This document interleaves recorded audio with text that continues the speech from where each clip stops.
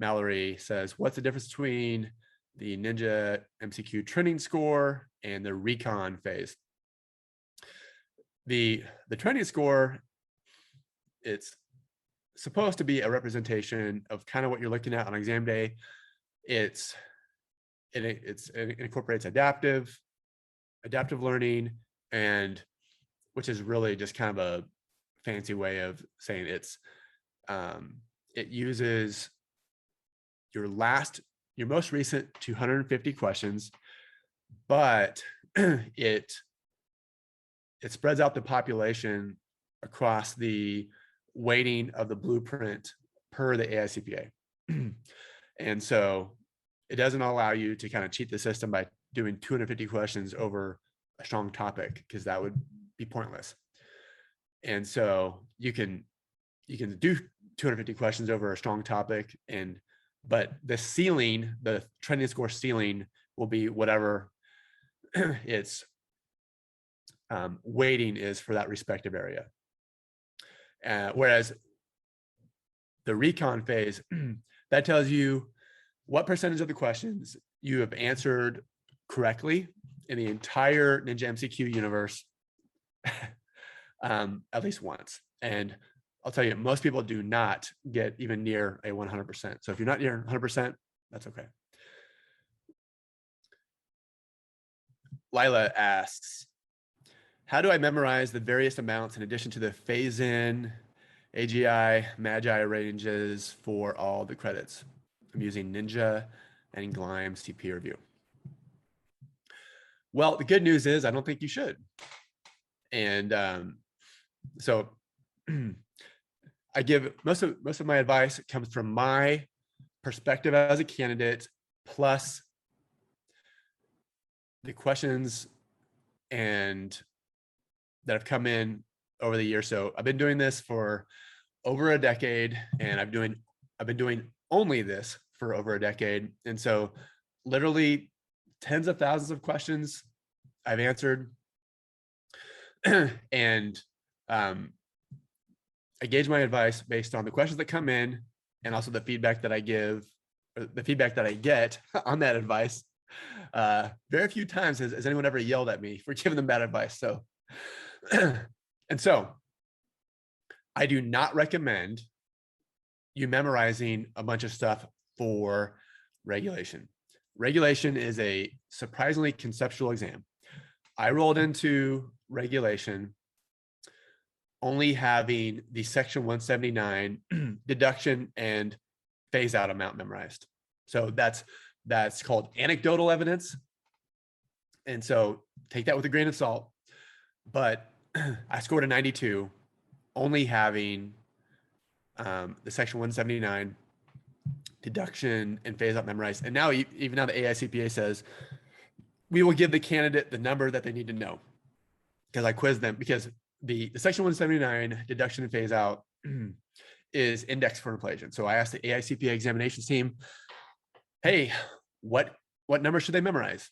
Because the base number or the indexed number, big difference. And they said the candidate will know which number to use. Or no, the candidate will know, the candidate will have all the information that they need in order to answer the question.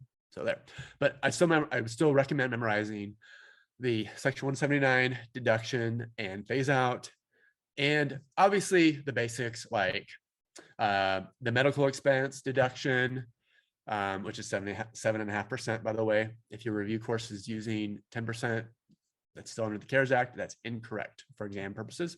I get that email a lot.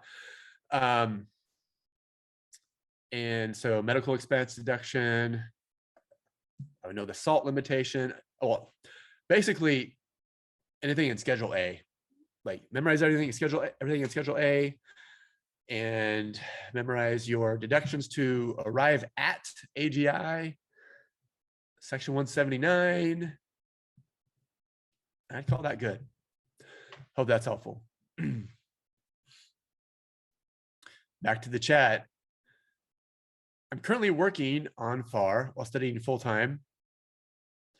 I have limited study time on the weekdays. I've gone through all of the materials, and I'm now revisiting the first chapter. I feel like I'm forgetting the material in the early chapters. Any advice would be appreciated. Okay. So this is why I created the Ninja framework, and this is why I recommend that everyone use it. And not only because it's the Ninja framework, really it's the methodology that I used and that I created, and I just created an acronym out of it. So, but conceptually, it addresses this exact problem. If you do what most of the review courses recommend, because it's not like they're going to now recommend a Ninja framework, they're going to stick to their guns. Chapter 1 videos, chapter 1 questions, chapter 2 videos. Now do the homework over chapter 2. You're going to run in exactly what you're running into right now.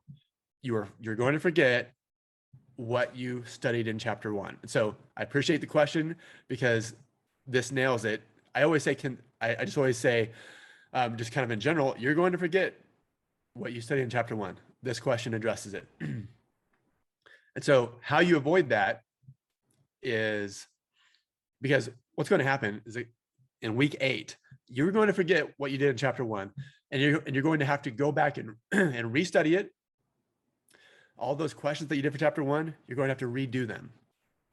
That's an inefficient, and I believe an ineffective way of studying, which is why the Ninja framework is really both. You nail the concept. So you get through all of your videos. Doesn't say what materials you're using. You're obviously using something plus Ninja because you're in the chat. All of your videos for your course, take notes.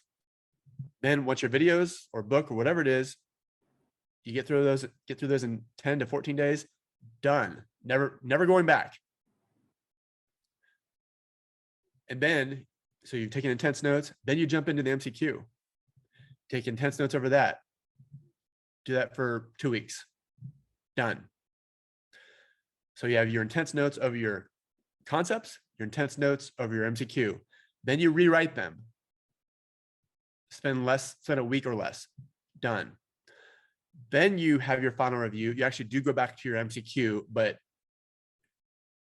going about it a different way.